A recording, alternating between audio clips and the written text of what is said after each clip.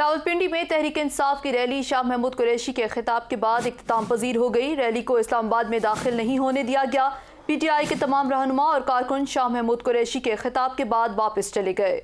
اس حوالے سے آپ کو آگاہ کر رہے ہیں کہ ایک ریلی لاہور میں نکالی گئی جبکہ دوسری ریلی پاکستان تحریک انصاف کی جانب سے راولپنڈی میں نکالی گئی۔ اسی متعلق تفصیلات جانتے ہیں نمائندہ ABN انوار الحق سے۔ جی انوار، بتائیے گا پی ٹی آئی کی ریلی کے اختتام کے بعد مری روڈ کی کیا صورتحال ہے؟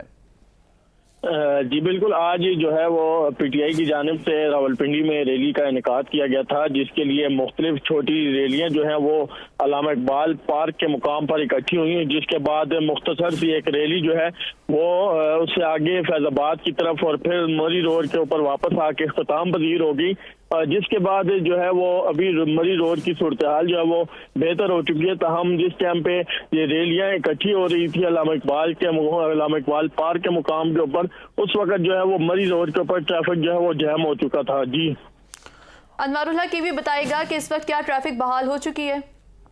جی ابھی اس ٹائم جو ٹریفک ہے وہ بحال ہو چکی ہے، تاہم جو فیض آباد کے اندر جو کنٹینر لگائے گئے ہیں، جو راولپنڈی اسلام آباد کے درمیانی راستہ منقطع کیا گیا تھا، وہ تحال اسی طرح ہے۔